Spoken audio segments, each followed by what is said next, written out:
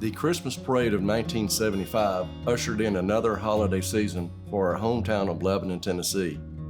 It also offered a special sneak peek at the 1976 bicentennial celebration that would uniquely define the new year.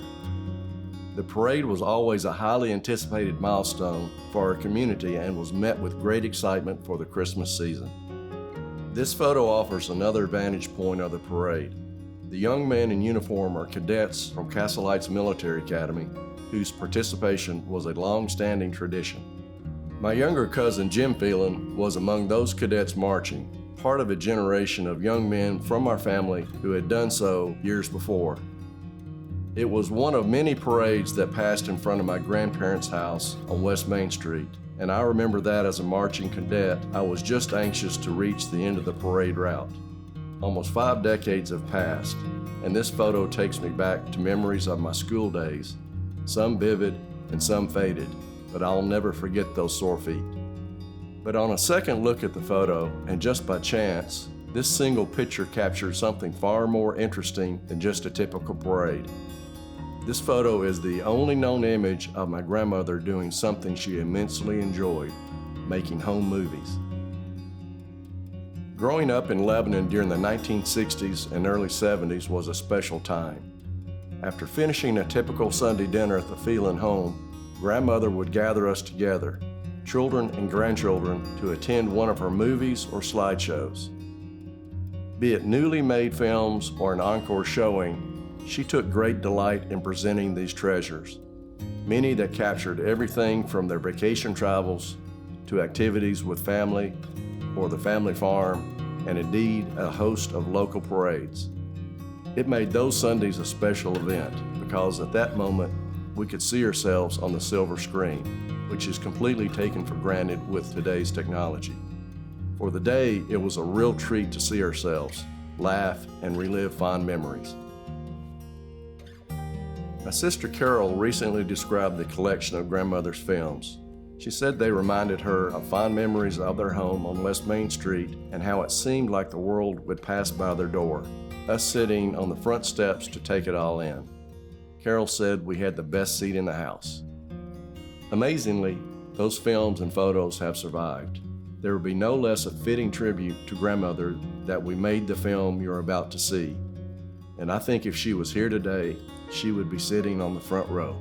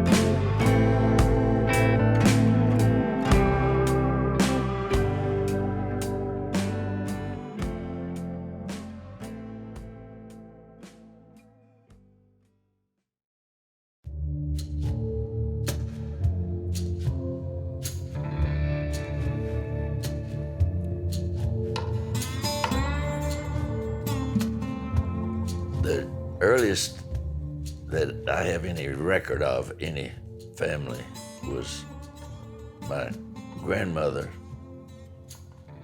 Mary Catherine.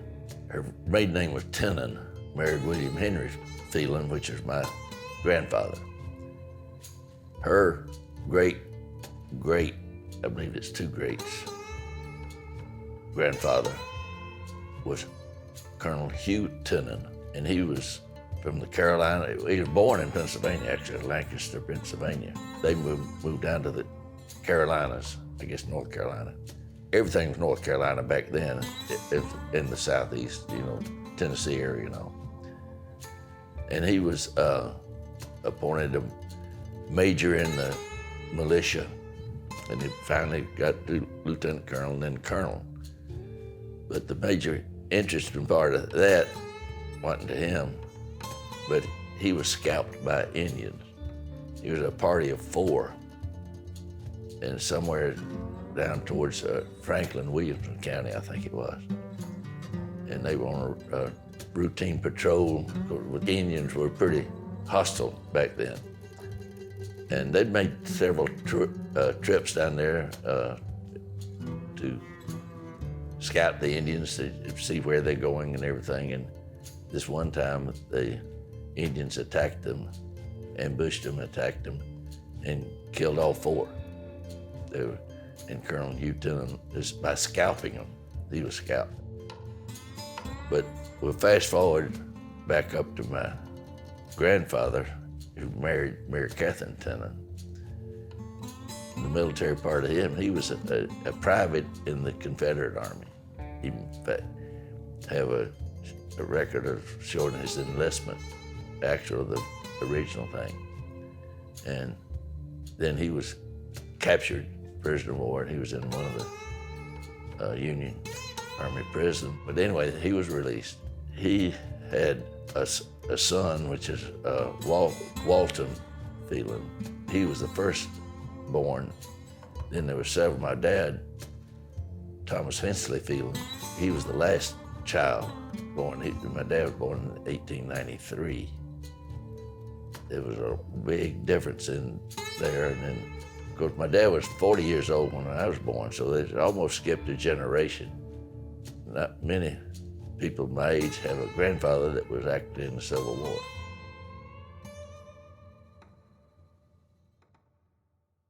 My dad, basically, they lived out in the country and around Goodlettsville, north of Nashville.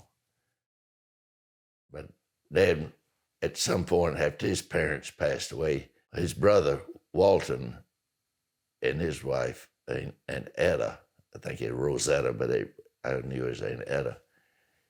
He moved in with them, and actually, as growing up, he was with them, living with them, and out on Brick Church Pike, I think it is, in north of Nashville, there somewhere.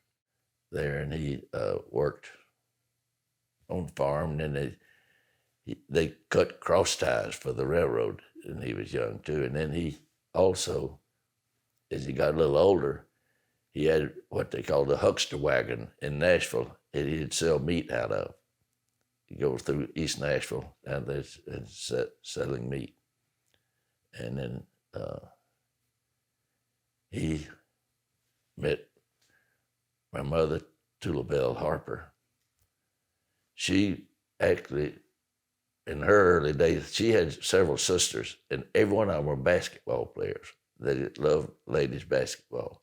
My mother was also worked as a dental assistant to a dentist in Nashville, I think it was. But then they got married in 1922 in Franklin, Tennessee.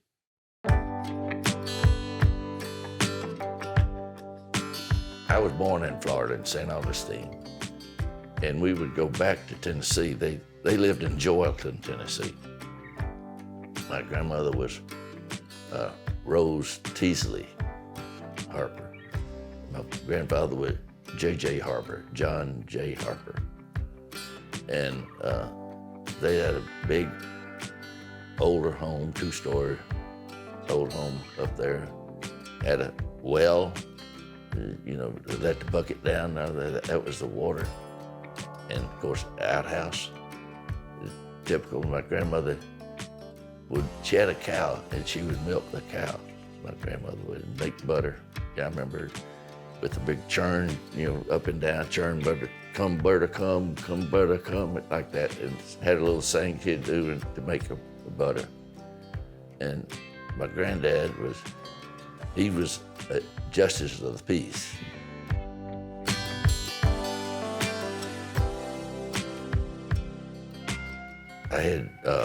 My mother had several sisters, had 2 brothers, and I think 4 sisters.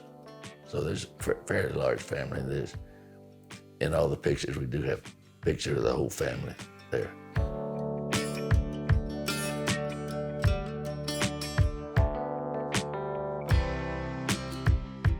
My oldest sister, Rosemarie, was born in Tennessee. And they actually moved to Florida after she was born. And he came down, he was going to work for Aunt Matt and her husband, which was Uncle Ned Wolfe, W-L-F-E, Wolfe. And they had a potato farm and dairy farm, and he worked for them. They had, their oldest son was H.E. Wolfe, Herbert Wolfe. I think he was 4 years younger than my father. But he was his nephew, but they were more like cousins, or something, brothers, because they were pretty tight. And they started hauling aggregate for road contractors, building highways, and they started that with a truck, and then they formed the company, H.E. Wolfe Construction Company. And this was in the 20s.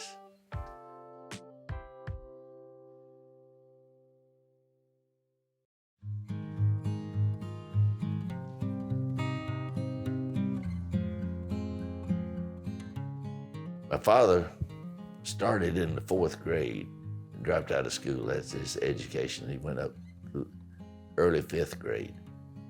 My mother completed all high school. In fact, I have her report card from 2nd grade on, still from Jordan School.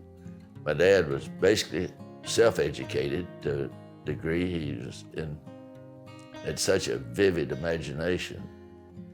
And he's got some of the essays, I've got copies of them, that he did in 4th grade.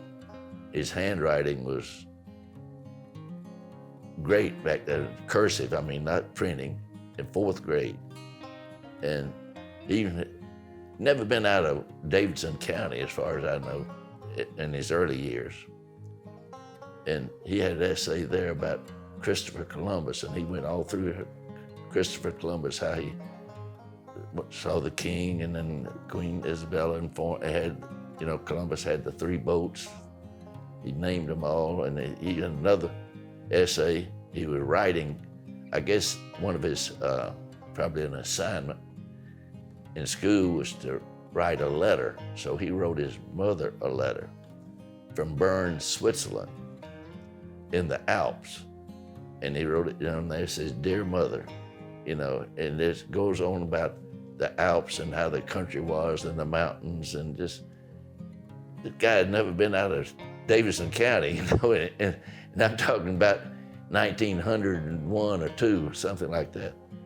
And he just had several, and about the early Indians, just different, 4 or 5 different essays that he wrote, and it's just mind-boggling how a little 9 or 10-year-old boy could have that kind of, I'm sure he read about all this, of course, he never was there, but it just to put it down in a story form, it was amazing.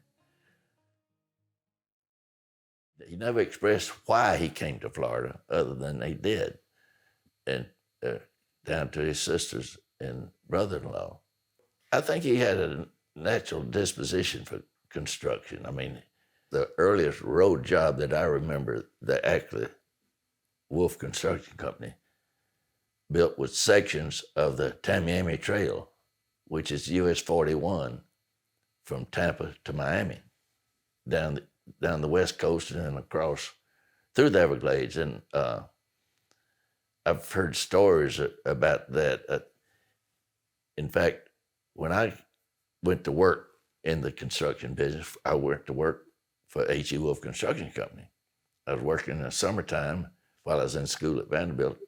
I worked 3 months, first time in Tennessee, and then 2 or 3 times in Florida, moving down during the summer and back to school. But the reason I'm mentioning that, there were men still working for Wolf Construction Company when I started that had worked on the Tamiami Trail for my dad down there. And they had stories about so many alligators, and we could almost walk across the backs of them. They said it is so many. And just through the swamps and everything. It was just rugged territory. But that was one, I don't know how many sections they built, but they did work on the Tamiami Trail. That was the first, one of the earliest things that I recall their being involved with my dad. And then another one, they were building the road from Okeechobee, Florida to Fort Pierce. And they were living in Okeechobee, and the people that worked for them, the workers, the operators and things, all had to live right in that same area, like in a camp almost, you know. And my mother and father, and I guess Rosemarie was there, but my mother used to feed them, you know, like boarding different ones, and she would cook for them and whatnot. And one of her tales was when what they were doing, they were building the first paved road from Okeechobee to Fort Pierce, Florida. That was the job that they had. And she was talking about when they'd go at night, riding down either to Fort Pierce or coming back or something, they'd just, car would bump and bump, and it was snakes on the road, you know. And I think Tommy probably remembers something about the snakes, but that was where that was. That was the Okeechobee Road from Fort Pierce to Okeechobee. We moved to Atlanta when I was 4 years old. I was in San Augustine for 4 years, my first 4 years. And we moved to Atlanta because Wolf Construction Company had a lot of work in Georgia. They built the first 4-lane road in Marietta, Georgia, the Wolf Construction Company did. And that's when we were there. We moved to Atlanta in 1937. Lived on 3605 Piedmont Road. I remember the address. And in Buckhead. Then they had work in Florida. We moved to Daytona in 1939, building US 1 in Daytona. And that's where I started school. We were there for a year, back to Atlanta for more work.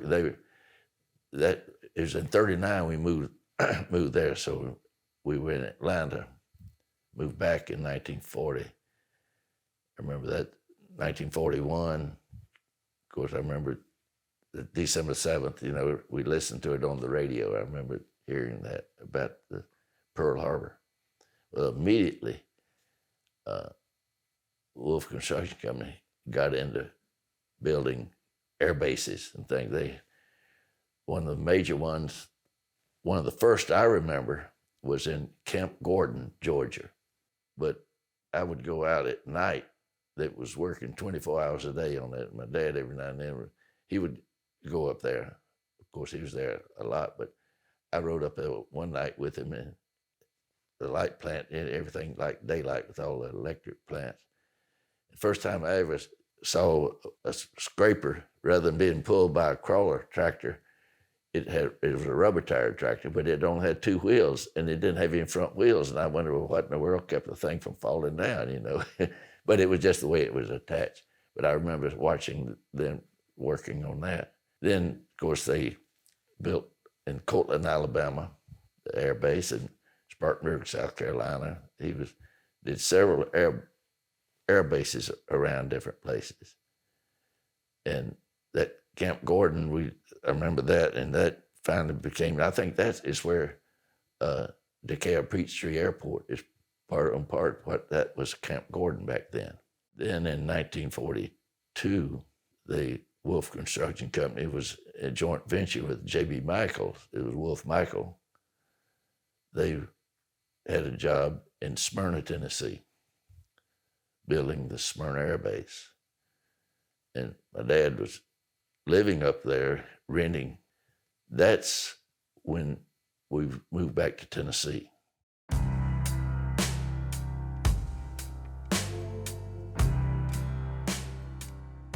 While restoring grandmother's home movies, we discovered 3 16mm films. Knowing that my grandmother never used this type of camera, while these films were in the box was a mystery. With our curiosity piqued, we set out to review the film. To great surprise, the movies were part of a 1942 documentary of construction efforts in building the Smyrna Air Base. It was essentially like finding the lost chapter about an airport that would garner a rich history of its own.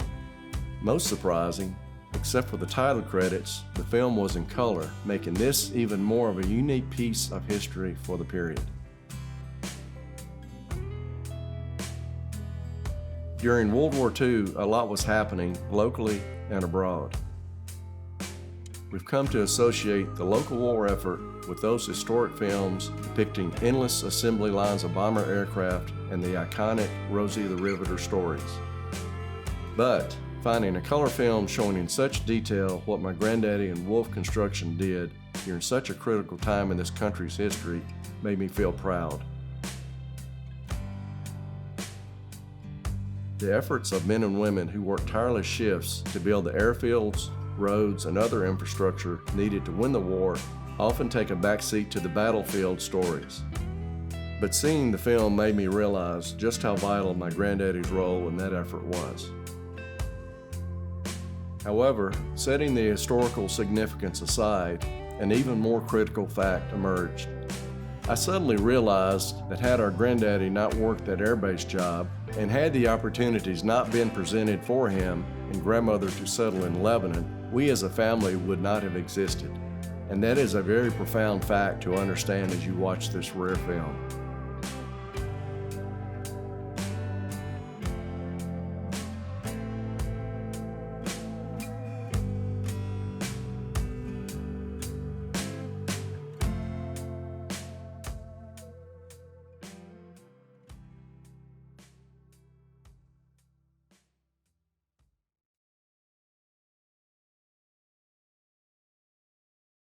He had always wanted to get back into the country part of Tennessee. And he had a brother, one of his brother, Uncle Jim Phelan, was dabbled in real estate, but my dad had him looking out for some land, a nice farmland or something that reasonable. And he found this place in Lebanon. It was the Peyton place. And he bought that up there, 320 acres off the Sparta Pike.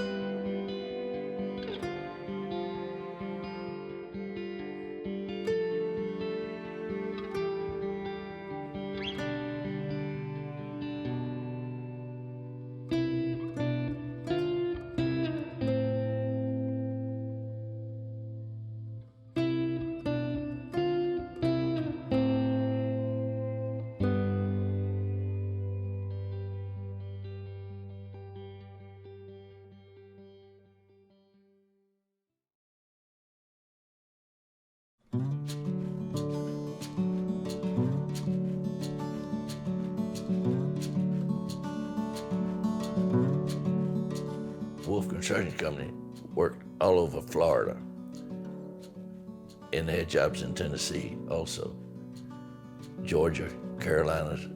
I had letters and notes and things that had been mailed to Wolf Construction Company, to my dad at Wolf Construction Company in South Carolina, in Alabama, where he was different places, in Cocoa, Florida, Miami, Florida. They built part of Biscayne Boulevard in Miami. Wolf Construction Company did.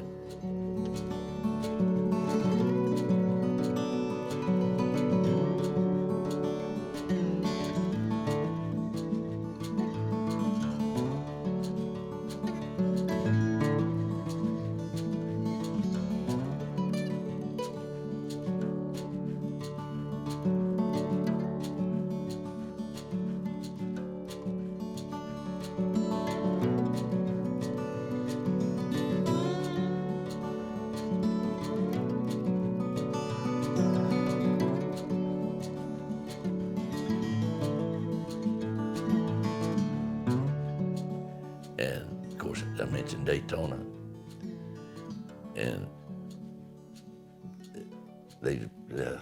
my dad said they had the first concrete paving job in Mississippi. So they worked in Alabama, all over the Southeast. And in Tennessee, of course, they built the road where we moved for one summer when I was really young. I was a little baby.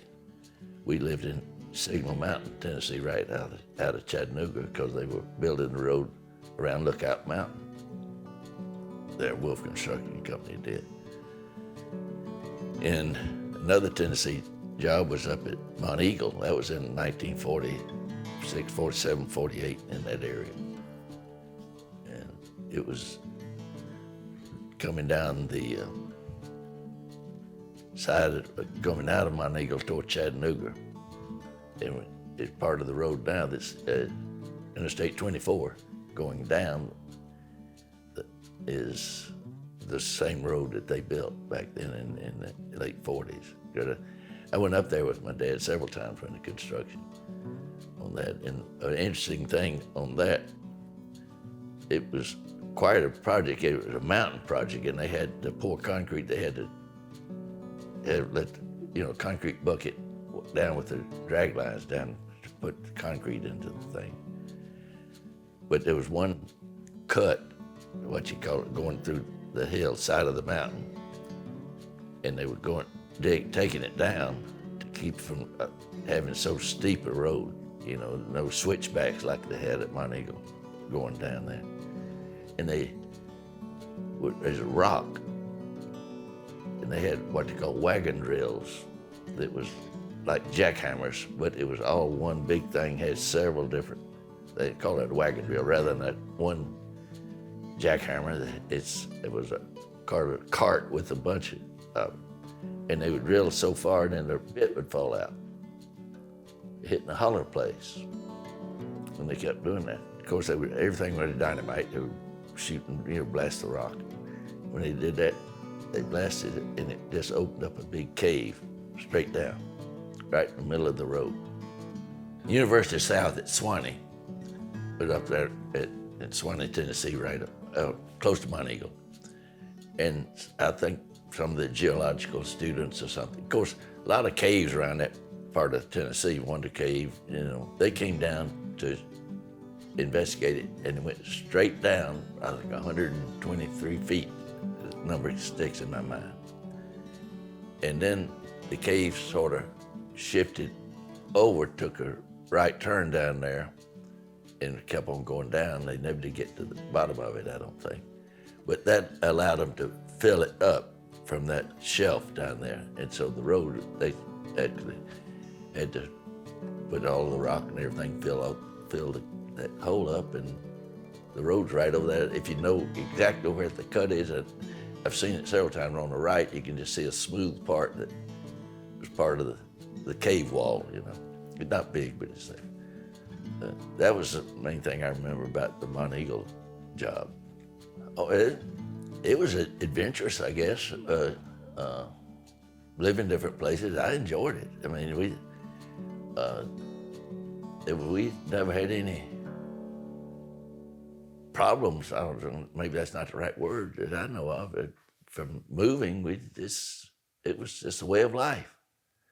My dad, back then, train was a method of traveling, you know, and we would take him to the train station in Atlanta and put him on a train. He'd either go into South Carolina or wherever you go. And I think in the records that I got to even have a ticket, the last one that I remember going on, he was going from Nashville, Tennessee to St. Augustine, Florida, and it was in 1951. But he still rode the train.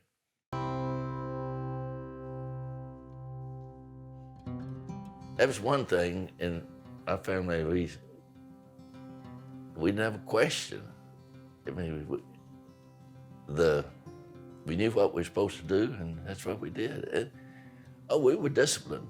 I remember one of the worst things. My dad would not spank us or whip us or anything, but if it did something wrong, really wrong, we paid for it.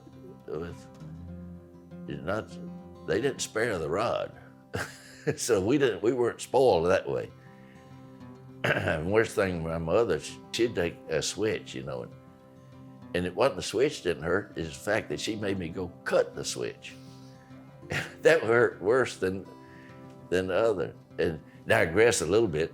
I mentioned the farm in Tennessee. I was working on the farm. My brother, Buddy, and I both worked out there.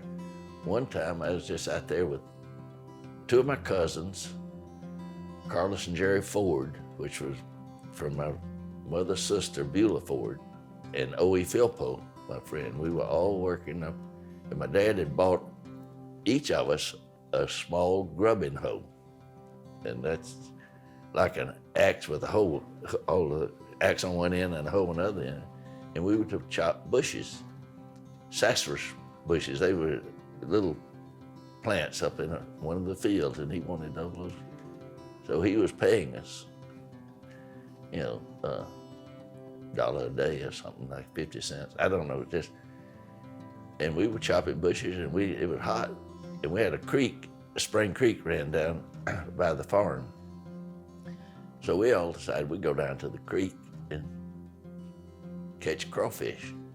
You know, we'd take a rock, turn it over, and there'd be a crawfish, we'd catch it. Well, my dad just happened to come up about that time. And we were supposed to be working, and we were getting paid. And we sloughed off. And he took me into the barn with his belt, and I didn't do that anymore. And he told the others, says, you're not mine, I can't do it to you, but says you deserve the same thing he got. And we went back to work. I never had any problem like that anymore. But that's what I mean, the disciplinarian he was. Yes, you asked that. And both of them were. I mean, they're what your parents told you to do, you did. And it was pleasant. I mean, I'm not talking about dictatorial type thing. I'm just talking about this way of life that we just had. And my two sisters, my brother, of course, I was the youngest of all. We all did the same that way. We just obeyed. And I think we were fairly normal children, a normal family. My brother and I, two brothers, they were 3 years apart.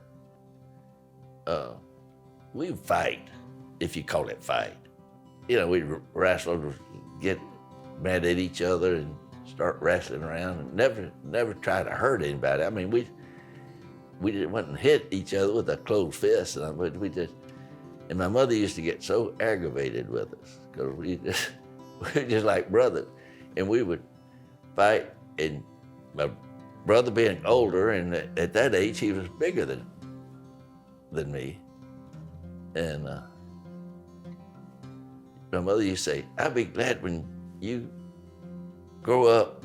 See, my brother was Buddy. He was H Phelan Jr., but his brother, Buddy.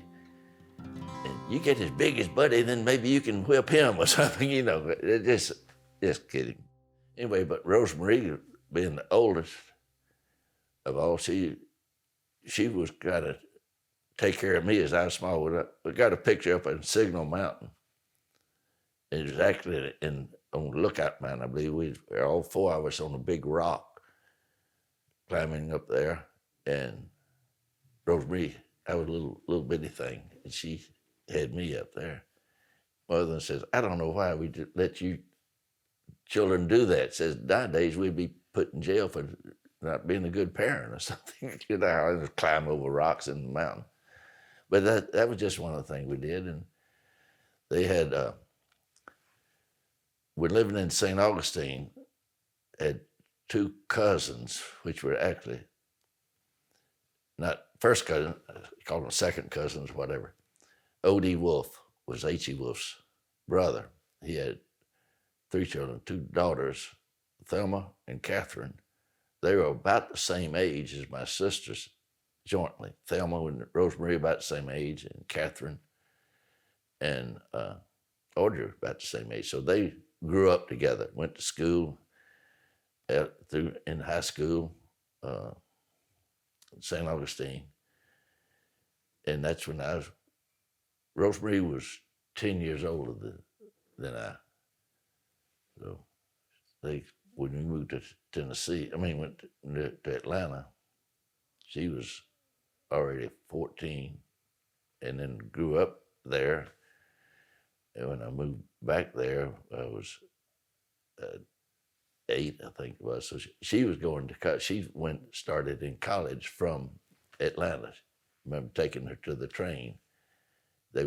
She and Audrey went to Stevens College in Missouri, Columbia, Missouri. I don't think I could have had a better mother and father. If I talk about my past, the different ones, so it's just like the Cleaver family. You know, just everything was perfect. I said it wasn't perfect. It was far from perfect, but it was close enough perfect for me. And it was nice. My mother, of course, as my dad was gone quite a bit off and on, and my mother was always, she handled everything really well. I don't have any sad memories at all about my upbringing of our family.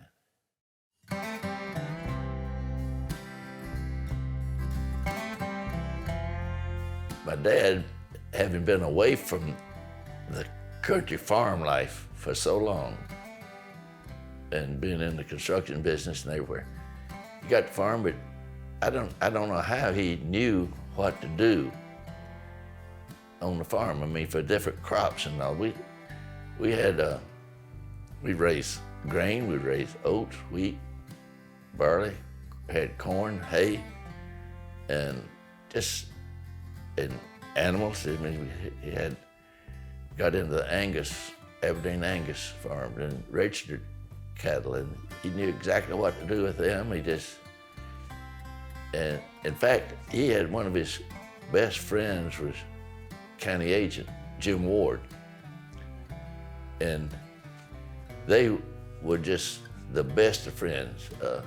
He and his wife and my mother and father, they went to Hawaii together one time. I remember that was a trip they took together. And they would go together, and Jim, Mr. Ward, would come out with my father, and I don't know whether my father was teaching him how to do something or he was teaching my father how to do something, because he just knew what to do. My dad did. With any kind of piece of machinery, of course, we had mowing machines and all that, and then of course we had a tractor. First tractor was an old Farmer F20 that came with the farm, but then he had a couple of new tractors and bought a combine. But when we had grain threshing season, he bought a threshing machine, which is a big old thresher. You don't even see him anymore. And he would do hours, but also different other farms around there that had wheat or barley or oats, whatever, to thrash. We would do that. And I remember we had a little D2 Caterpillar tractor they pulled it with. And on the side of it, it had a flywheel that the belt would run to run the thrashing machine. And my job, I was sitting on the tractor and I had to hold the clutch in the brake or something, and my foot would get tired doing it. So, but anyway, we were just hauling. I even got to drive the little tractor, which I really liked when I was 10 years old, you know.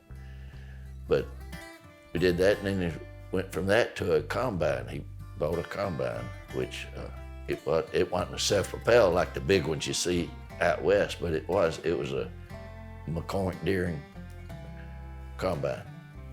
With the thrasher, I remember we had oats down in a big 40-acre field down by the creek, call it the bottom field down there. Had a guy that had a binder where they would cut the thing and bind, just really tight with a string, you know, and then you'd have to pick up those bundles and stack them up and call it shock it. You shocked them up and had shocked it. One year that got damp and got army worms in it, which was eating up the little caterpillar-like things.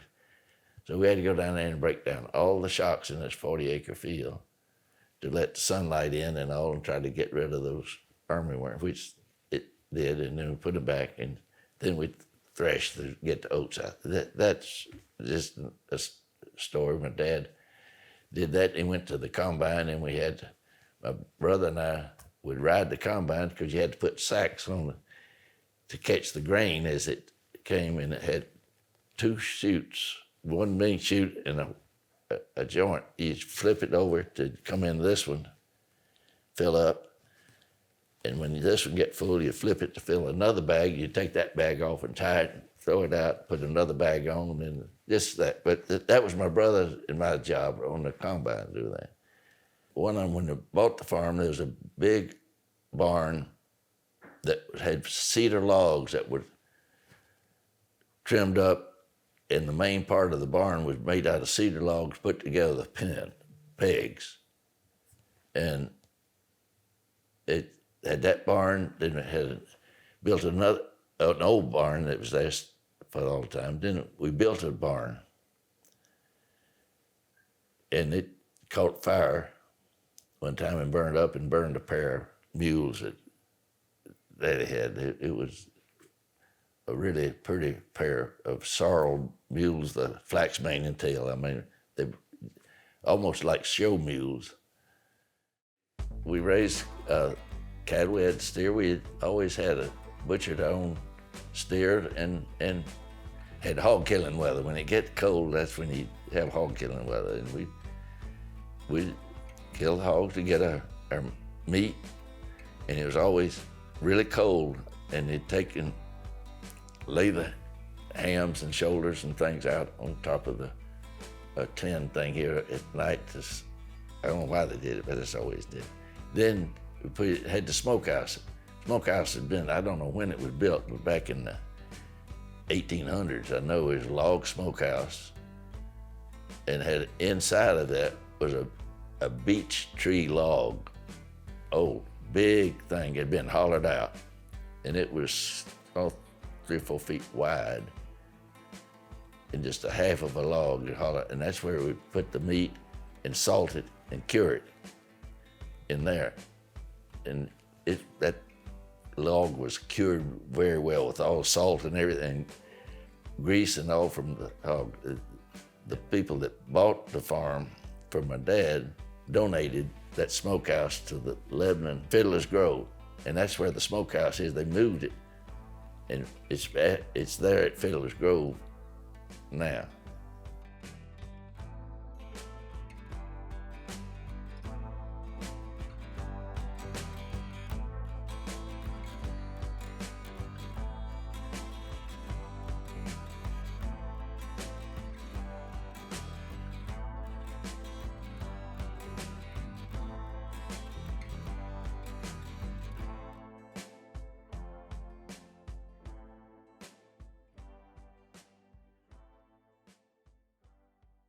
as I said, mentioned earlier that Daddy and Jim Ward are good friends.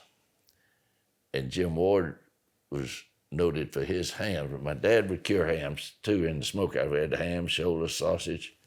I know we'd have that ground up at the food locker. They would take and grind up the sausage meat, and we'd take it home. I remember one time my brother and I, buddy, had like a wash tub, actual wash tub, galvanized tub, full of ground up sausage meat. And we took it into the kitchen and we're gonna put it in sacks. My mother would make the sausage sacks, buy the muslin, whatever they made it out of, and sew them and make sacks about this long, and it'd be, about 2 or 3 inches wide when they fell. Well, we set that big tub of sausage meat up on the kitchen table, and we hit it a little hard, and just broke the table half in two. It was a chrome leg table, just a regular old kitchen table, but I remember that. But we had my mother would make the sacks for it, and my daddy had a recipe, Aunt Annie's, as his sister's Annie's recipe for sausage. I've got that recipe at home still. That how many, for pounds of ground up sausage meat, so much pepper, so much salt, so much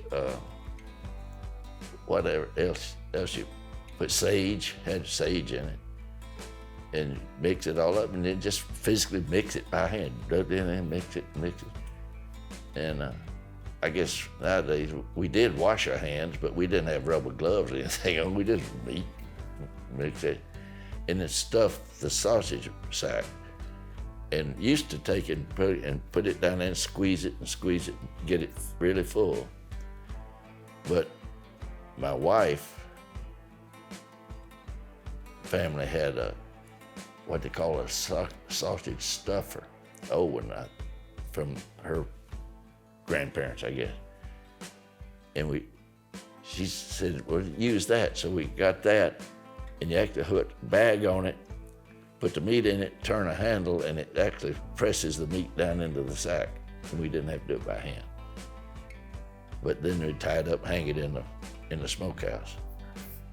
But our hams were pretty good, but Jim Ward, he's noted for his ham. He won first place at the state fair all the time, And he had a little smokehouse behind his house in town. I mean, out on Pennsylvania Avenue, I think it was.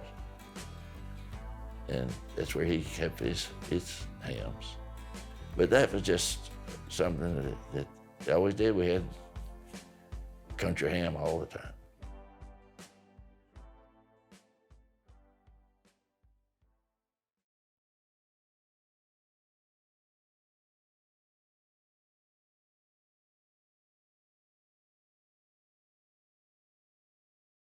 When my mother and father he was not retired, so he's still in business, but he was not real active, getting more inactive in his businesses. They would take trips in the wintertime, and usually a month. They went to Arizona several times and spent several summers in Arizona, and several winters, not summers, winters there. But then they in St. Petersburg, they would come down to St. Petersburg and stay some. And we always enjoyed that because they were close to us. But one of the major places they went was in San Antonio. And they enjoyed that. They'd go every year. And one year, they decided they wanted the whole family to go. So they took all 4 children and their spouses and took a trip from Tennessee to San Antonio.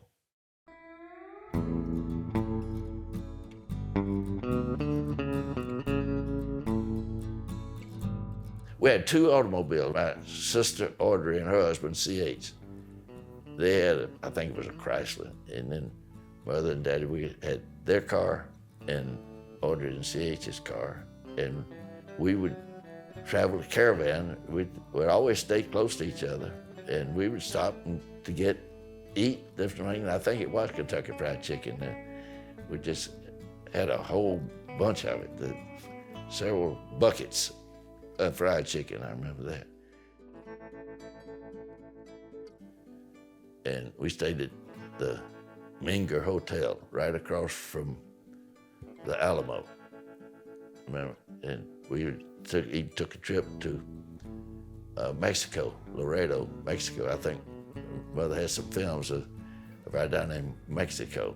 And a funny thing, in Laredo, we were going down there, and I think, picture, my brother, I believe, bought a walking stick or something to carve with. Another picture is my mother walking. She has a hand behind her. She'd bought a bottle of whiskey, and she didn't want it on film. So she was hiding that bottle behind. If you see that on film, that's what she has in her hand.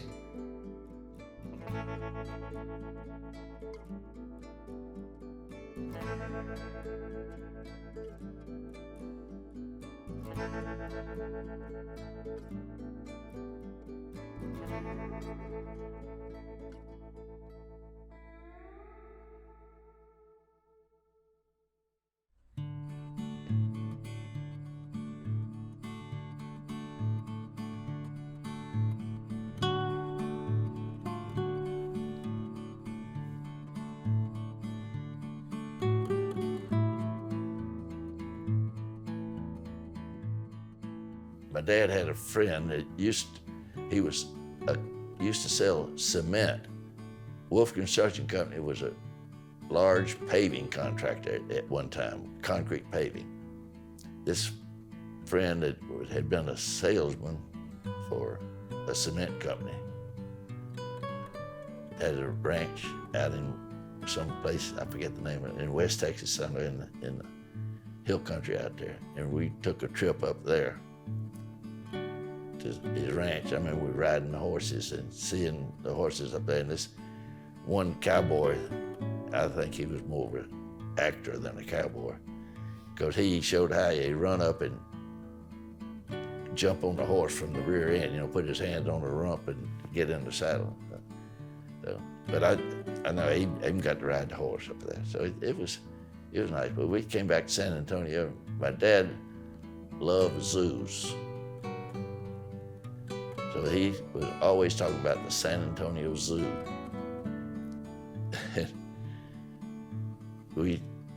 I think Mother had some films of riding in the train through the zoo. We'd see all the lions and the bears and everything. It was really interesting.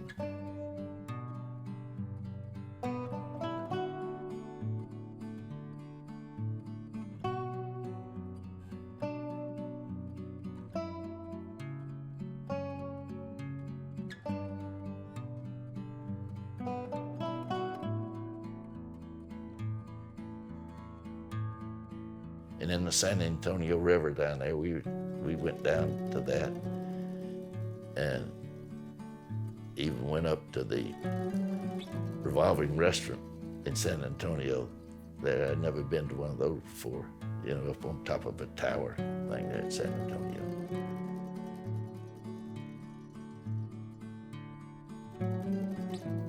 That when Mom and Dad first started talking about it, I remember them saying they couldn't afford it, and I was 5 years old, 4 or 5.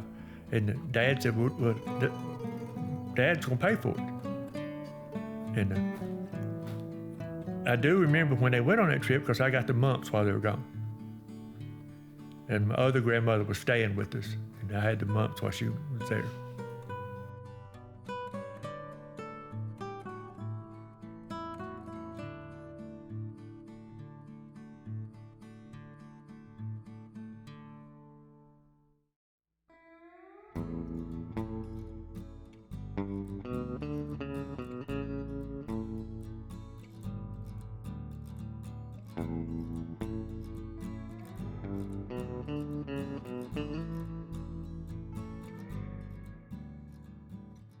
In New Orleans, we had fun down on Bourbon Street. Went to Antoine's restaurant.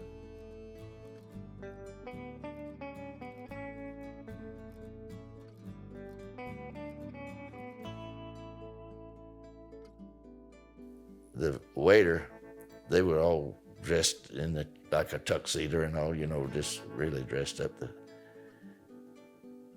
And Daddy said something, I can't remember what it was, and the waiter sort of took issue with it. Daddy didn't like that. So it was settled fine, but we enjoyed that. But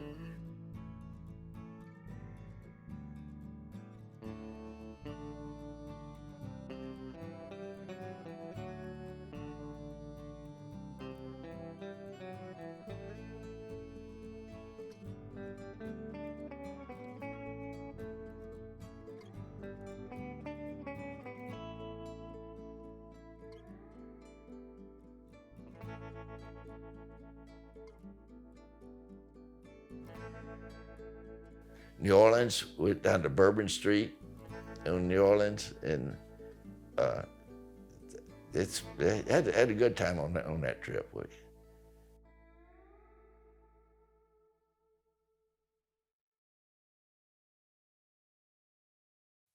The earliest memory that I have of my grandparents is of my granddaddy Phelan. And in when they came to Florida, one time in particular, several times I believe they did, but they came in the company plane, which was a twin engine. As best I can remember, I was a real small child, but I was fascinated by it because they had a pilot, and they didn't fly into the international airport. They flew into a municipal airport.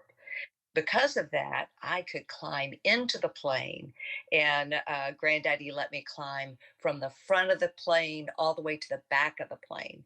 And in the back of the plane was the most fascinating thing. There was a toilet. When we would take these drives to different jobs in Florida or to St. Augustine, there would typically be grandmother and granddaddy and me in the back seat. Now, I don't know where we put my brother. My sister probably wasn't born at that time, but granddaddy would play this game. Um, I was enthralled by it. He would tap on my back, and it was called Mumbly Mumbly Mary Bug. And he would go, Mumbly Mumbly Mary Bug, how many fingers do I hold up? And I would guess, and he would say, two you said, and three there was, mumbly, mumbly, Mary Bug. And then that would go on and on and on, and take up the time pretty much that it took from going from lunch in Ocala to dinner in St. Augustine. And he also played a game with my brother, taught him how to throw a knife, pocket knife. And so my brother Dude and granddaddy, I remember being out taking uh, his my brother's pocket knife, probably a gift from my granddaddy, if truth be told. And I was not allowed to go close. My brother was. He's 3 years older than me. And they would take the knife and toss it through the air, and they called it Mumbly Peg. And I always wondered, did the name Mumbly Mumbly Mary Bug, was that a derivation of Mumbly Peg just to make me feel included?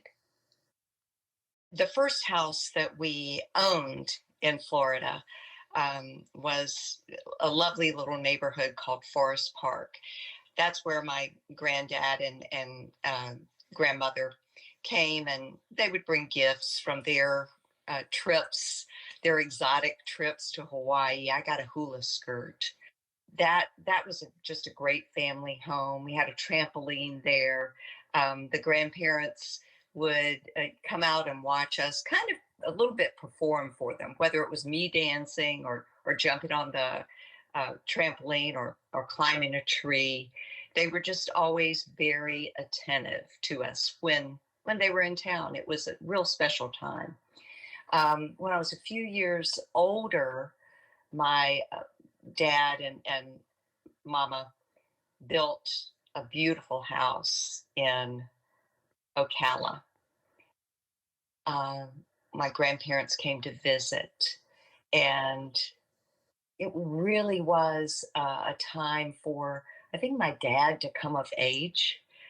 He had started out as a young man in granddaddy's business and had to be able to provide and grow with our family. He started his own construction company. There were a lot of hours of talking when we were in Tennessee. um, Typically my dad and my granddaddy would go back in a room and they would converse and talk about jobs and what was going on in the road construction business. But that trip, when they came to visit us for the first time with our Georgian house with the four columns in the front and the nice circular driveway and the swimming pool. I really think that that was a coming of age for my dad. And my grandparents did not disappoint. I truly think they were so very proud of my dad as their youngest son, and probably a little bit fearful when he went off on his own. Um, to start his own business, but absolutely bursting with pride at what he had accomplished in Florida.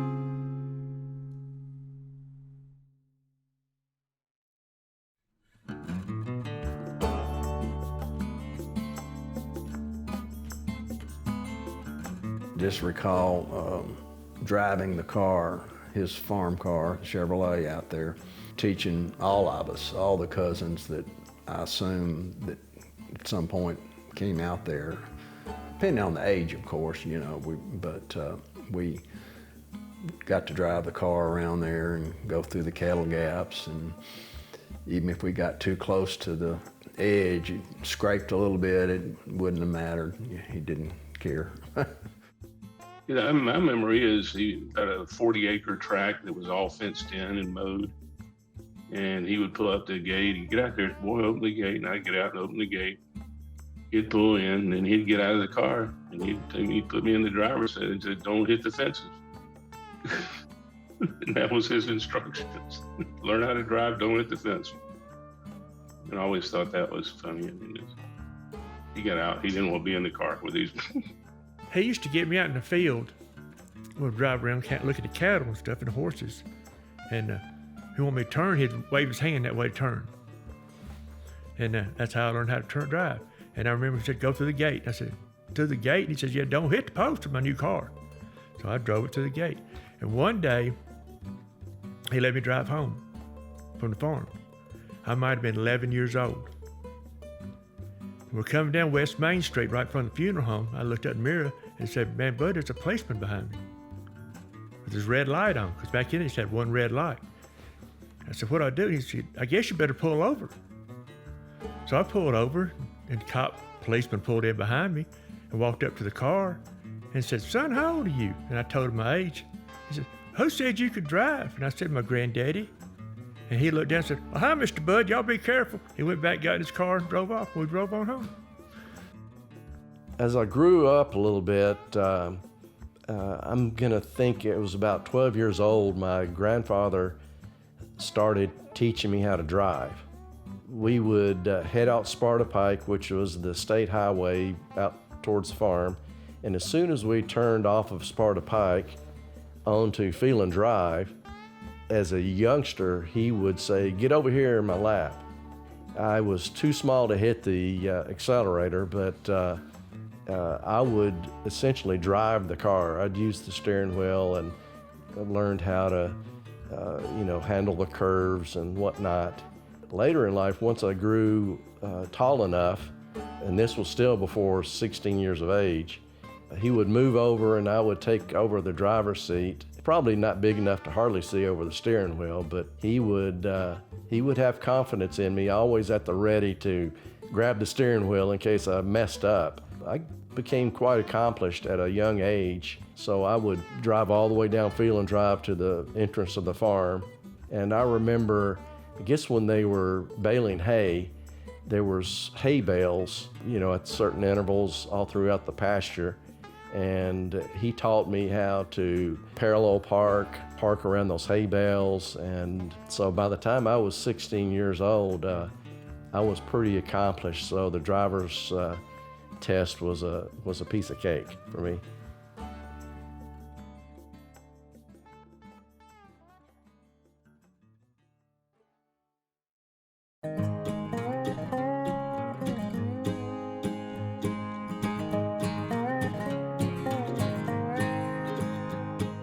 Granddaddy always went to the farm in the morning and the afternoons. Most of the times that I can recall were in the morning. And generally we would always, after we left his house, stop at Commerce Union Bank. And Mr. Roy Cripps or Mr. John Smith, he would always go in and visit. They were the managers of the bank at different times. I would go in and sit in a chair sometimes and just sit. I wouldn't be running around or going around this and that and getting into anything. I would just be in a chair waiting. And then sometimes I would be in the car waiting. He would probably ask me if I wanted to go in, and I would say, yeah. Or maybe I'd say, I'll just stay in the car and wait, But that would be, a lot of times we would stop there, probably a half hour maybe, to visit. But don't recall him going around talking to the tellers. He kind of just went up to one of the manager and Mr. Cripps or maybe Mr. Smith and just visit with him and talk.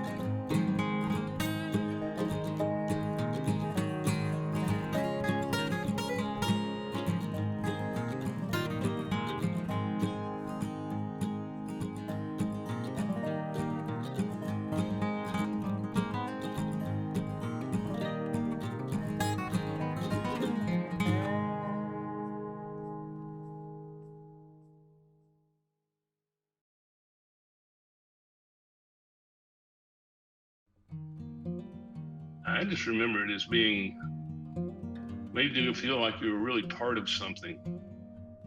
Because we would drive about 2.5 hours to be up there in Lebanon from from Decatur, Alabama.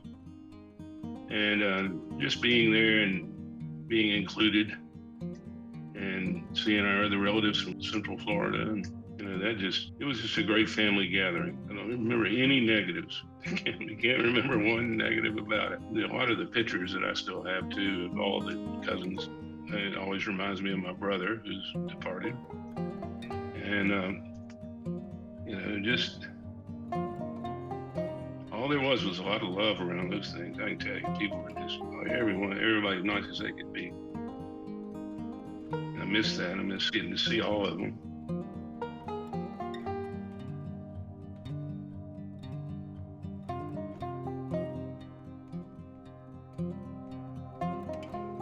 I 11, 12 years old. Hadn't quite grown into my feet. When I look at those pictures, all I can see is like a size 8 shoe on a 5 foot, probably at that time, 3-inch young lady. And I looked over and saw all of the aunts and uncles, and my mom and dad, and grandmother and granddaddy. I don't have a memory of my granddaddy ever taking pictures. It was grandmother. And so they were all snapping the photos, really happy that nobody ran off into Main Street. Angela, bless her heart, the tiniest one, at the lower end of the spectrum. But I remember looking at my cousin Carol to one side of me. And I thought she was the most elegant and most beautiful young woman ever. And so I tried to mimic the way she was standing. I've seen that picture so many times that it kind of makes its own memory. It etches in my head. I don't remember being positioned, but although I do have a question in that picture, it doesn't seem like a great idea to have the smallest one the closest to the road, but. Well, the first one that comes to mind are the oyster breakfast. He would have some of his friends, all of his friends, and some of his working compatriots come to a breakfast where they flew oysters in from Florida, and before they had the ability to keep them fresh longer. And everybody would be around the table, and there'd be all kinds of people. I mean, from the bank president to the car dealers to construction hands, just all type of people. And I got the privilege to sit in on a couple of those when I was in Lebanon. And some of the other memories I have of Mr. Budd was just how much of a gentleman he was. Treated everybody equal. Didn't seem to matter to him. And I remember that very well. When we would go to Tennessee in the wintertime, it was magical. This Florida family who's used to the water, to the lakes, to the boats, to the pools, got to wear warm clothes, got to wear coats. There was always a chance around the holidays that there would be snow. And to the Tennessee people, it may have been a time to roll your eyes, it's messy, but to us, it was magic. One winter, we went to the Donaldson family's, Uncle Buddy and Aunt Katie's house, and their 4 children. And they let me go sledding for the first time in my life. And I know it was Olympic. One of the most special memories that I have is going out to the farm and Granddaddy taking us to this magnificent skating rink, also known as the Hog Waller. Didn't need skates. You could have boots and slip and slide to your heart's content. And he stood over to the side, never on the ice. He was a pretty smart man. but he would sit over to the side and laugh. He enjoyed watching these Bambi on ice Florida grandchildren having a grand old time at the farm.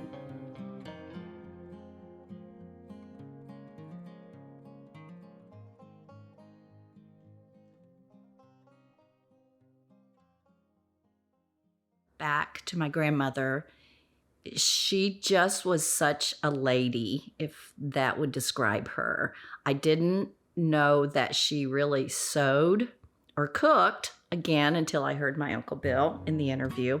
And I did think it was funny. I remember one day in particular, I was over there, and their housekeeper, Marie, who was their cook, wasn't there. So she made me tuna fish, and she always drank Tab. And I went home to my mom and I said, Mom, you're wrong. Nana can cook. She laughed. She made me a grilled cheese sandwich one time. And I never thought about it, but I don't really ever remember seeing her cook much. There's always Marie cooking. For breakfast, he would consume lots of meat, pork chops and gravy and biscuits. I think there were probably fried potatoes. So he was always eating. Banquet type setting. And I remember, of course, it was always a big prayer before you started. And the kids were relocated to a different table. And Well, I remember, and I don't know where Mama and Daddy were. I don't know why it was just grandmother and me, but I'd gone to church with her. And we came home, and at lunch she was gonna fix sandwiches. I don't know how we ended up with having sandwiches, but she made me a mayonnaise sandwich. Because I don't know, I've always been kind of a picky eater, and I don't know what it was she had, but it did not sound normal to me. So I just had a mayonnaise sandwich. Not even peanut butter and bananas. I just wanted mayonnaise and bread, and it worked out well. So Carol got tuna fish, I got mayonnaise.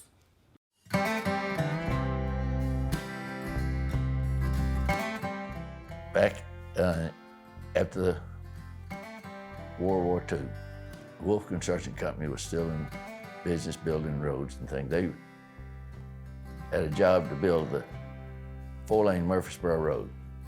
They set up a shop to work on their equipment and all right along the road there. They had built a little building there where they're working on their equipment. They bought that property. J.T. Rogers was a master mechanic maintenance man for Wolf Construction Company. And with H.E. Wolf, J.T. Rogers, and my father, H Phelan, formed Rogers Manufacturing Company. My dad had always had an idea about what kind of trailer he would want to hair carry equipment, a low-bore trailer, so he designed this trailer. And long story short, they started building it, and they named it the Phelan trailer. And Cub Rogers, J.T. Rogers, nicknamed Cub, he was head of it. I mean, he ran the thing. The other two partners, H.E. Wolf and my dad, T.H. Phelan, were just business partners. Anyway, they built Phelan trailer, Rogers dump bodies, and the Rogers rock carts that they used to hauling stone on jobs where they dynamited, blasted things out. They used a lot of them on Mount Eagle.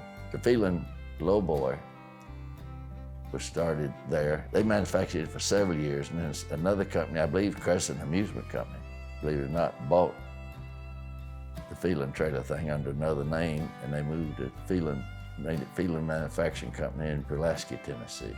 It's been sold again in some other company that's they use a double name, but still Phelan on there, but I can't think of the name of that other company right now, but they still are manufacturing it, and it's a double name.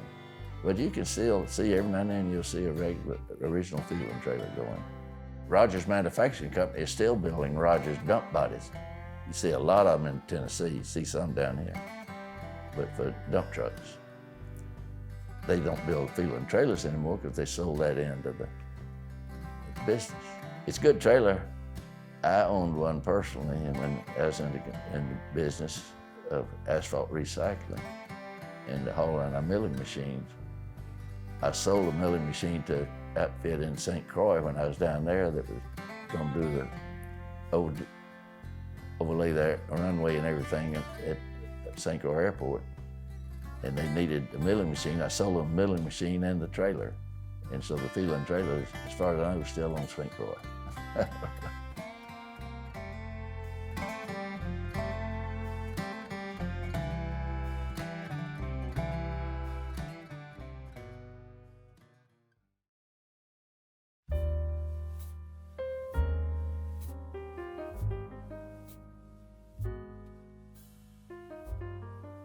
It truly was the most elegant affair that I had ever attended. I was maybe 15 years old, 14, 15. My mother had gotten the orthodontist to take the braces off of my teeth. It was that important an event. We all went out and we purchased just gorgeous dresses. The boys and men all in suits and finery.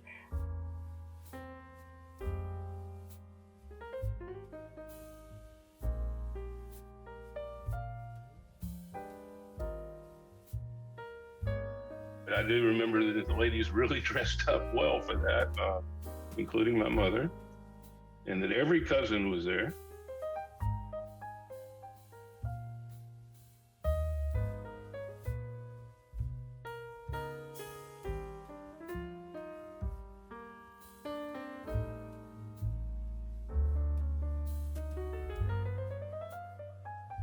And spent a lot of time talking to Billy while I was there.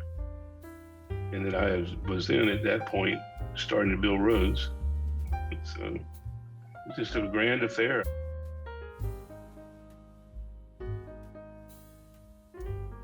The 50th wedding anniversary, which was held out at the country club, it was a big celebration, and everybody in town that were friends of my grandmother and grandfather, they attended. People from out of town came in, a lot of people I didn't know.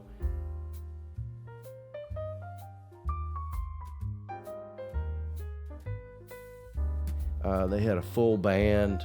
I remember a local, I think he was associated with Channel 5 News, a fellow named Boyce Hawkins. He played a piano, and so I think the champagne fountain was a big friend of Mr. Hawkins, because as the event went on, the more lively he hit the keyboard. Was able to dance with my granddaddy. Neither one of us, I think, were very, very good at it, but it was kind of a coming of age for me.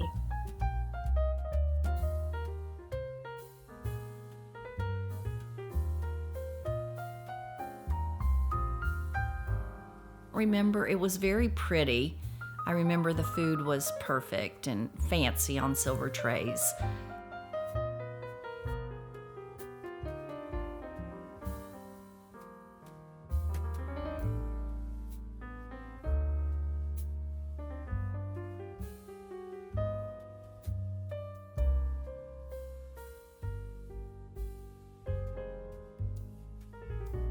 We did come to Tennessee in the motorhome in the anniversary, which was January the 4th.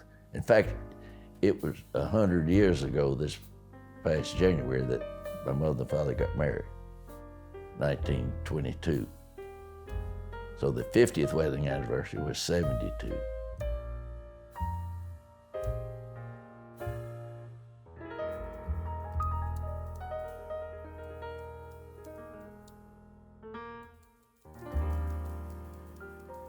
It was a big time. I just remember my grandfather being advanced age. He had a stool where he wanted to sit while the people filed in and greeted my grandmother and grandfather. So, and of course, all the children were dressed in their finest. The grandchildren were dressed in their finest. It was a big celebration.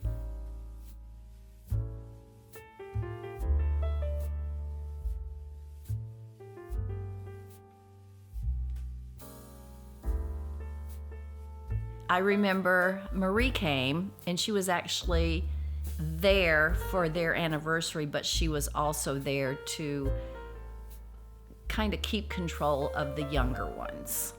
Not as a babysitter, but just to try. I remember her sitting in the reception area in the foyer. Well, it's funny. I did not think I was even allowed in, but I saw Tommy showed some videos the other day, and I actually was in the main room, the main hall, looking at the cake for a brief time. But mostly I remember getting dressed up, and the hair, because I've always had straight hair and I had curls there. I'm sure that was hard done back in the day. And then doing all that and sitting in the lobby with Marie. I really enjoyed being around Uncle Buddy. He was always kind of a cut up, and a lot of people think that I inherited a lot of the mannerisms and traits of Uncle Buddy.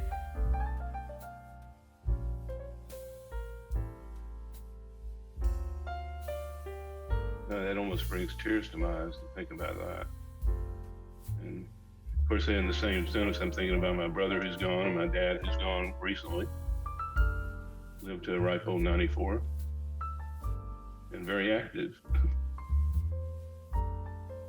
The display of food, and everyone that came from the town, they were all dressed beautifully and moving in that quiet and respectful way that people who may not be accustomed to being in such a formal affair do. But it was quite a special occasion for all of the family, and I think for the city of Lebanon. To my best recollection, I seem to remember Uncle CH being charged with the camera duty, and which I'm sure he enjoyed immensely, and he did a great job.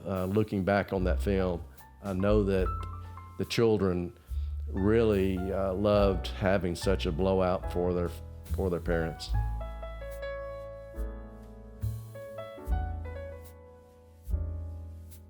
Yeah, it's a pretty big deal. A lot of people there. A lot of people making pictures, and a lot of people we didn't know. Well, I didn't know. I'd never seen, because a lot of people I didn't know that came from Lebanon. But it was a big party. It was a big deal. Yeah. My cousin Craig and I kind of helped ourselves to that champagne fountain as well, and that was probably one of my first experiences of having overindulged. People weren't looking. Some of us would get a drink of champagne. Some of us were sneaking around grabbing some. Some of us were old enough, and I was 18, so I was old enough, but But it had quite a party. It was a big party down there. But that 50th anniversary was a big deal for them and for us.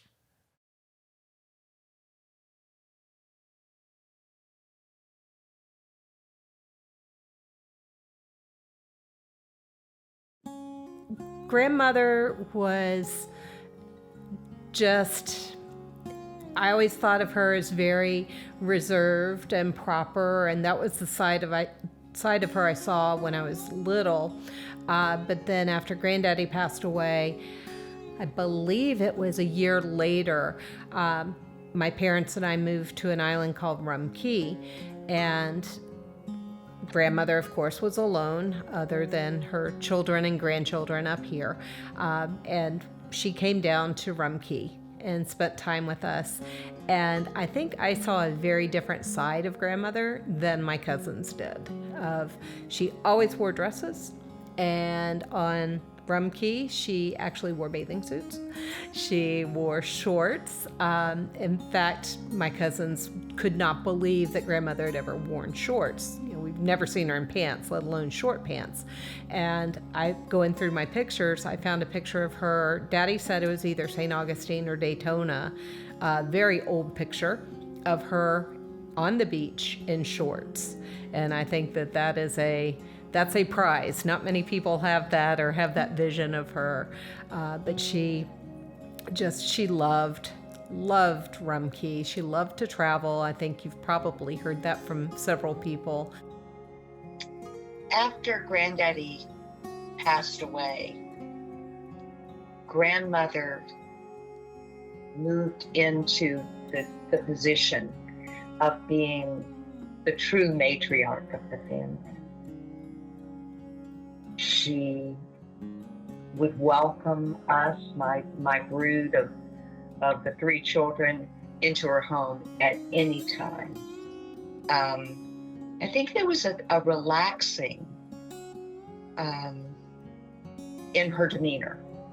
I think that as you're building and growing, there's a need to kind of keep everything together and entertain and kind of be somebody. And those later years, she smiled a lot. I think she was able to relax.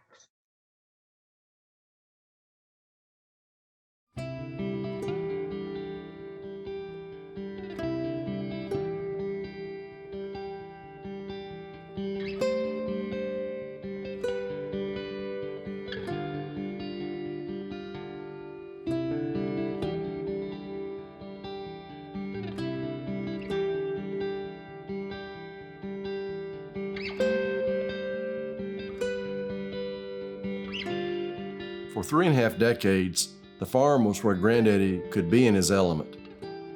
His tenure there represented a period in his life that began as a successful middle-aged executive and transitioned into enjoying a fruitful retirement on his terms.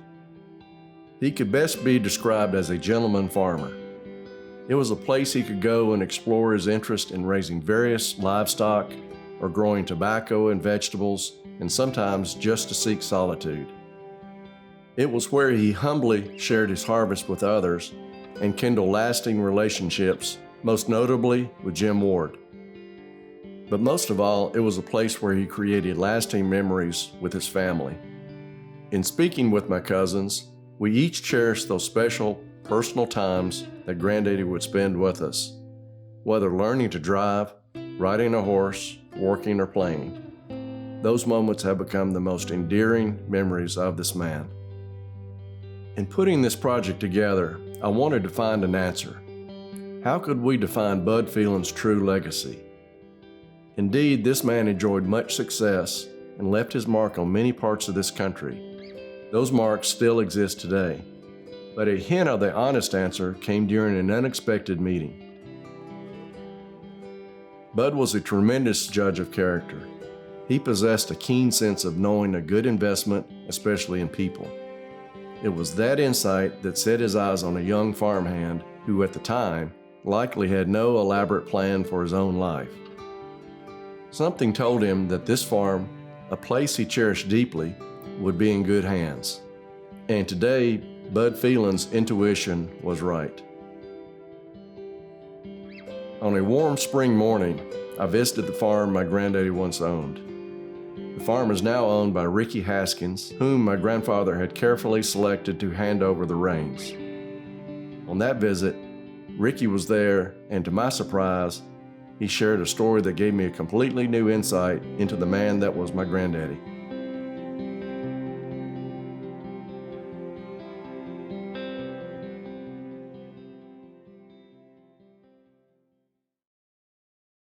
Well, no, it was way before Before that. he passed See, away. we had a service station on the square down there in Lebanon. Right, that's Sinclair Station. Yeah, and we took care of their car and truck. Well, cars. He didn't have a truck. Right.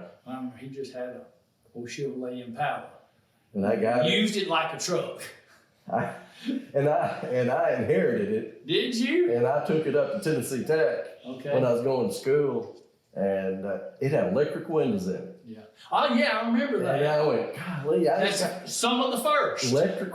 I thought I was Cat Daddy, and I took my college friends up there, and they pile in the back and whatnot. You know, it's a 4-door sedan, Yeah. and they pile, and they said, "What's that smell?" I've just run through the pig lot or something. I said, "Well, this was a farm vehicle Yeah. for a long time." And you remember Mr. Crawford? Oh yeah. Was his name Jess? You remember his first name? Jesse Crawford. Jesse. I believe I'm right. I think so. I And believe his I'm right. Yeah. and his son, Junior. Junior, and then Charles. Charles. That's right. Charles was the That's what youngest. I remember. Charles was a crack shot Okay. with a shotgun. Okay. We planted some millet down in the bottom there one time and had a nice dove shoot. And I learned pretty quickly, you don't want to be right next to Charles Wasn't gonna get because there's shot. nothing going to get by him. Yeah. he was, No, I remember back at the old service station, we pick up the car and wash it on Saturday and fill it up with gas and take it back, yeah, you know, to the house over there. And just things like that. We kind of took care of that and got to know him that way. Of course, that had to be 60. 60s, Yeah, something. yeah. 60, 60, 7, 8, along in there. And then, as I thought I wanted a farm and stuff, well, I had an old tractor that I run around town plowing gardens everywhere. Then I got to cutting hay, so then we got to cutting hay for Mr. Phelan. Yeah, And come out here, and, you know, he had quite a few more little 10-acre field here and a 10-acre there and stuff like that, and he wanted them cut. right. But he would put the hay, we did, of course, put the hay in these barns that were out here. And then if neighbor across the creek over there needed 20 bales of hay, he'd say, just come get you 20 bales of hay. Yeah, You know, he'd give it away. yeah, The biggest part of what he did. But I would come and cut the hay on a shares. okay. I can't remember what it was. You keep half of it and then So leave I don't it think it was hardly half. But anyway, just say half. Right, And I would take my half and take it across town, put it in an old barn that I had rented or something, yeah, you know, maybe sell it. But that's how we cut the hay. And got to know him that way. 4 or 5 years probably cut that hay. yeah, But yeah, I'd come out here with him in that old car from the service. He'd come out of the service station once and pick me up. yeah, Needed to show me something. And, you know, then I thought, what have I done wrong out there, you know? Come out, oh, buddy, you just done everything fine, you Yeah. know, and everything. But, you know, hold on, because Mr. Phelan is going through the rocks, the ditches, and everything else in that car. He didn't care. It didn't bother him what he run over, but wasn't much out here to really run over, Right. because it was, you know, always kept pretty nice. But Yeah. anyway, that's, I would say that I was probably ran into you at an early age because I would either be staying over with them on the weekends or just come over on Saturday morning and hop in that car. He said, "Let's go to the farm." yeah, And this was before I was 10 years old or Yeah. something. And we'd stop off at the service station yeah, and fuel up. fuel up. Say hi to your dad and whatnot, and we'd tear on off. And as soon as he pulled off Sparta Pike, he said, "Get over here, boy." And he put me in his lap, and I couldn't touch the pedals, but he'd be giving it gas, and I'd be steering, coming up feeling dry. Heard those tales from him. You know, we're out here, you got to learn to drive. Yeah, and he'd have bales of hay down at the bottom or wherever, and he'd say, "Park between them bales of hay." You know, he'd teach you how to parallel park, and that was one of my fondest memories of him. I don't know, I never worked in the tobacco or anything like that. You were doing the hay, I guess, and so I just kind of enjoyed coming out here as a kid. He did put me to work, I guess. So, you know, I was too busy working down at Western Auto or something. But I remember that car, and he always kept a box of brown sugar in his glove box, along with his chaw tobacco. And he had some horses. Mules. Pony mules. Pony mules. Yeah. He crossbreeded mules and ponies. And we'd go in that field where they were at and roll down that window and bang on the side of that car. And they knew what that meant. That's right. They're going to get a little taste of sugar. And they'd come running. That's right. To me now, he was kind of an intimidating man. You know, I was just always afraid. Oh, I turned the wrong way in that field. I should have turned right. I'm sorry, you know, I didn't mean to do that or something like that. But yeah, nice man. I mean, to me, best man. I was in town one day. I can't really remember what I was doing, but had left the service station doing something, running around town maybe on an errand or something, and my daddy called trying to find me. Of course, then we didn't have a cell phone, but he'd call home or somewhere and finally found me and said, where are you at? And I said, Daddy, I'm going to say, well, I'm in town. I'm just running here, there, and yonder. He said, well, you need to come by here. He's just talking about coming to the service station. He said, Mr. Phelan's down here and he needs to talk to you. And again, I thought, what have I done wrong? You know.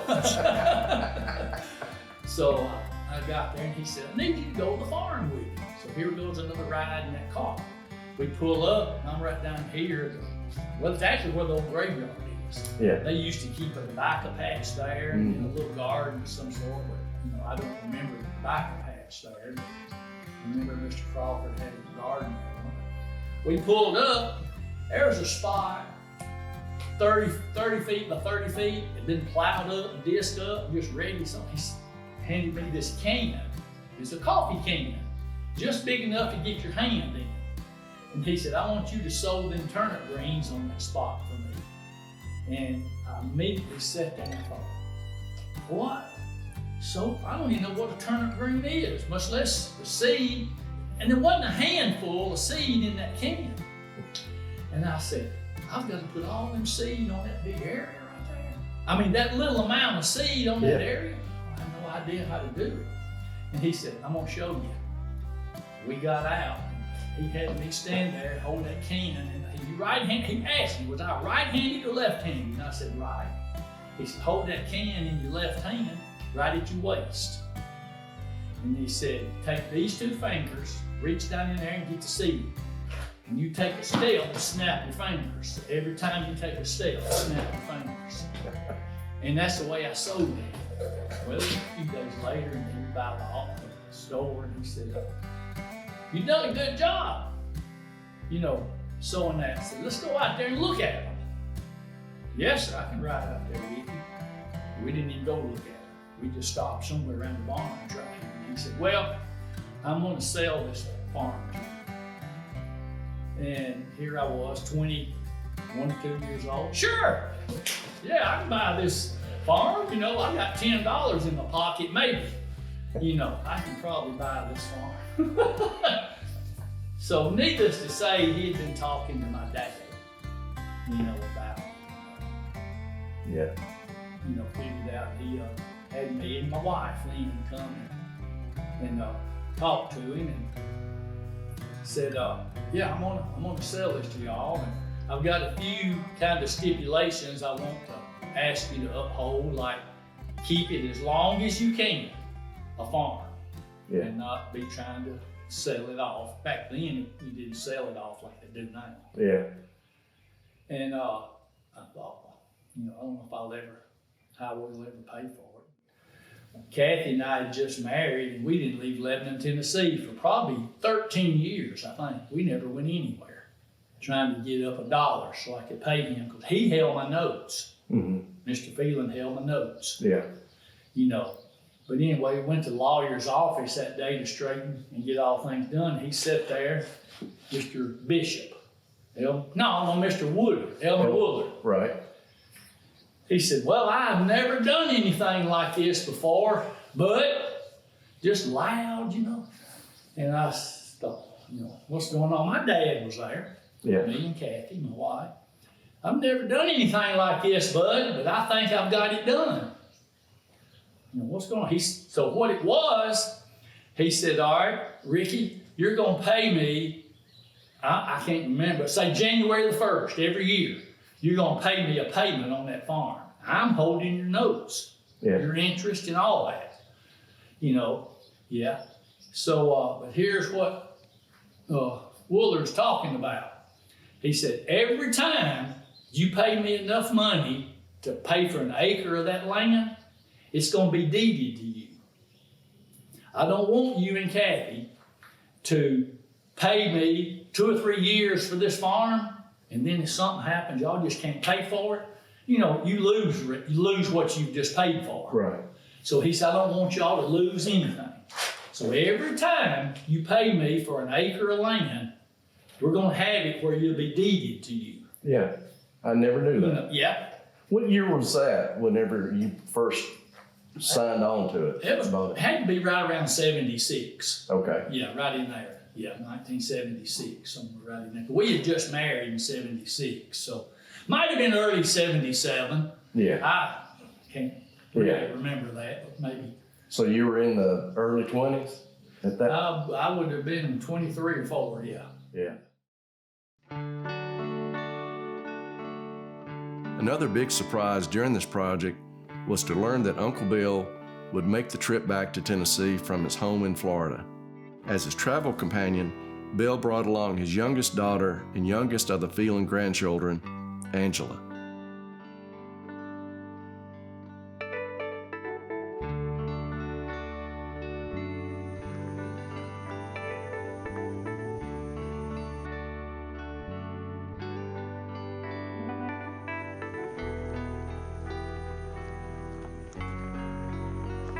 I knew that I had to bring Bill and Angela out to the farm with the hopes of capturing some of those relived memories.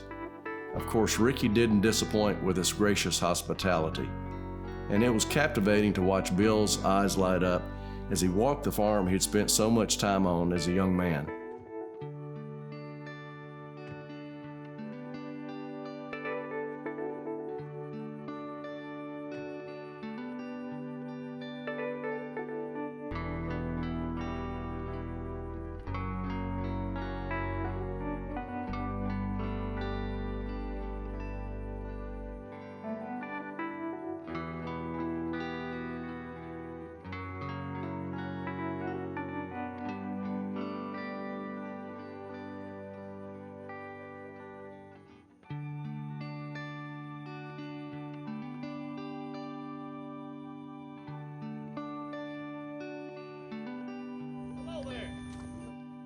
I'm Angela. Angela, okay, Nice good. to meet you. Well, we've already cut one.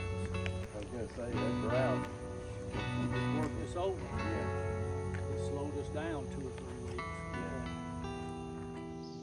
I remember when we used to be supposedly working out here, and Daddy always drove a Chevrolet, a black Chevrolet. And we'd see him coming in and just bump. I mean, he didn't slow down. That old Chevrolet truck would just hit bam, bam, and he said, uh-oh. And Al Partee was out here one time, and we were building the barn down here, and we had a bunch of locals before we had to take the bark off. I would call it skinning poles and digging holes, you know. And Al Partee, Daddy come up, and Al Partee said, "There comes old blood and guts. We better get." That's Al, yeah. That's one of the early memories I had out here. 6 years ago, my wife and I, now your mother and Margaret, my wife, were classmates. Yeah, Mama told me that. And we came up here, and we were celebrating our 6th wedding anniversary, 5th wedding, 4th. 60. Fourth wedding. We eloped and ran off and got married in Rossville, Georgia. So we came up to Rossville on our wedding anniversary and came on up here and stopped in and visited your daddy and your mama in the house there. And he was relating about how they're structured buying this farm. And one thing, Wes, I remember, I think your dad told me that one of the stipulations, you weren't going to subdivide. Yeah. Keep it as, I remember him telling me that day. He said, You just promise me, and you may not can, but keep it a farm as long as you can. Yeah, he basically, And of that course, was a that's stipulation it. now. Well, I don't know where the legal stipulation, but he did. Yeah, well. He did. Handshake. Yeah, but Dad kept the farm in his name, until he said, you two are too young. Y'all may not even stay together very long. So, Uncle Bill was impressed with how Ricky had kept the farm in a first-class condition over all these years. It was a testament to Bud's legacy, but nothing prepared him for what he was about to see. Ricky has been collecting antique farm tractors for several decades, and his collection rivals some of the best displays in the country. All of his tractors are still operational and meticulously maintained. But one tractor may be a favorite, the Farmall C. This was his first because it came with the farm. This is the same red tractor seen in many of Grandmother's films. It certainly had to be a treat for Bill to see this piece of machinery from the past.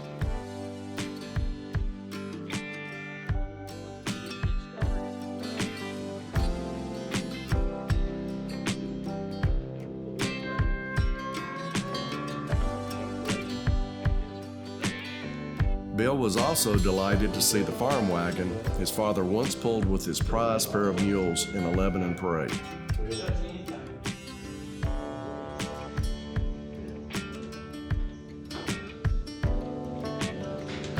Glad to see that. I had no idea. But Ricky had one last surprise. He invited us into a rustic shed full of farm and cattle memorabilia. And as a centerpiece, none other than the beech tree log that sat in the old smokehouse for over a century.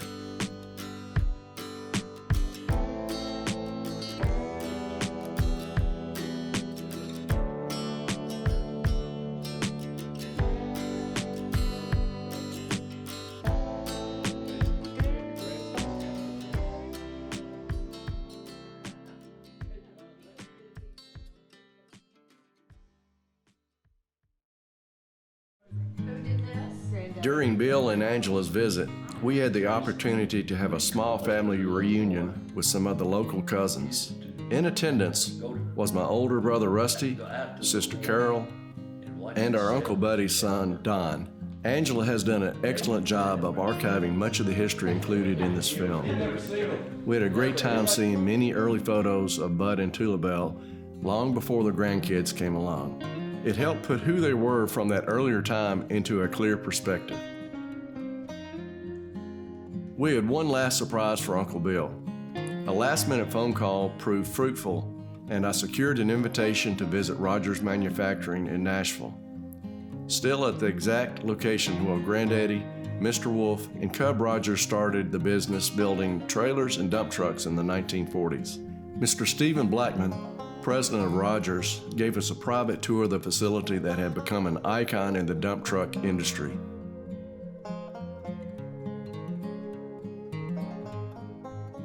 And although they no longer manufacture the Phelan trailer, it was inspiring and even a little heartwarming to see the company still embrace its early history.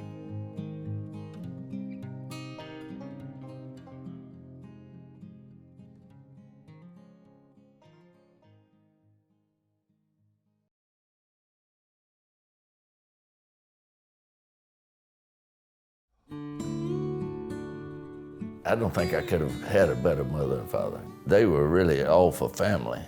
That's one thing. I mean, my mother even had great-grandchildren day up there, had all the grandchildren. That was for them. A lot of people knew my granddaddy. He introduced me to Tennessee Ernie Ford at the Wilson County Fair one time. And Tennessee Ernie Ford knew him. I don't know how, but he introduced me to him. Grandmother was always proper. It seemed like she was always dressed nice and everything like that.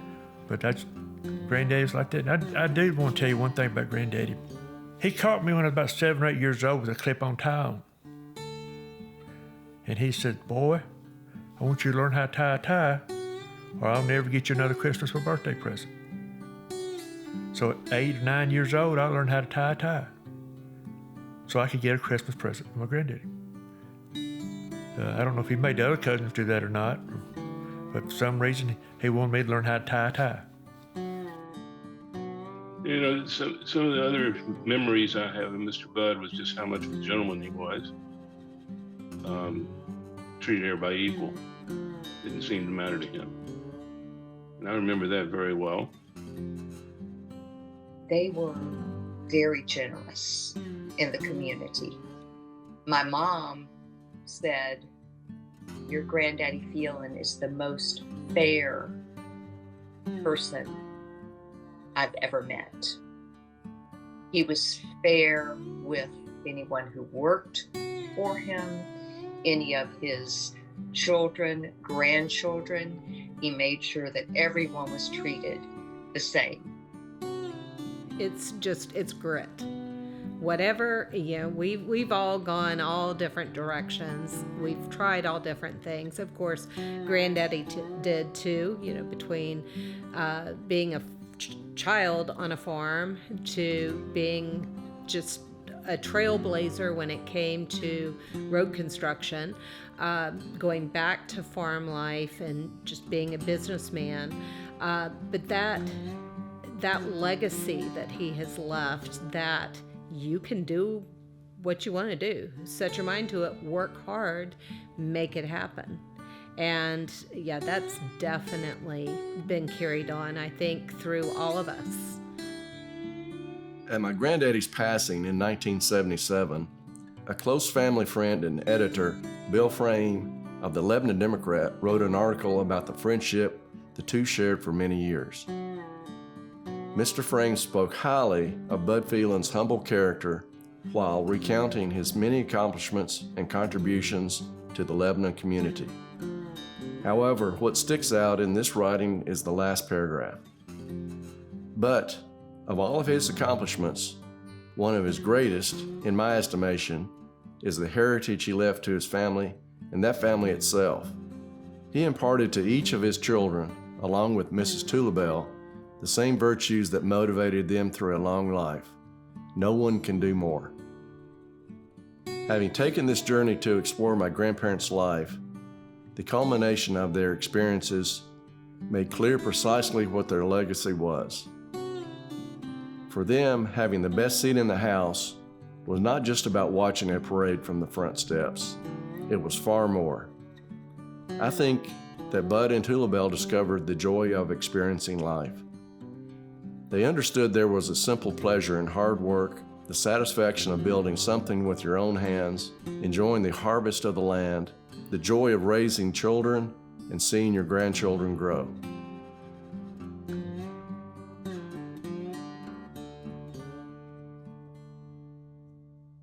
They sought to see and explore the beautiful places of the world and share those places with friends and loved ones. But I think most importantly, Bud and Tulabelle sought to make meaningful investments in people, having drawn from the inside of their own lives to know how to help others and start their own journey. It was this perspective on life that truly gave them the best seat in the house.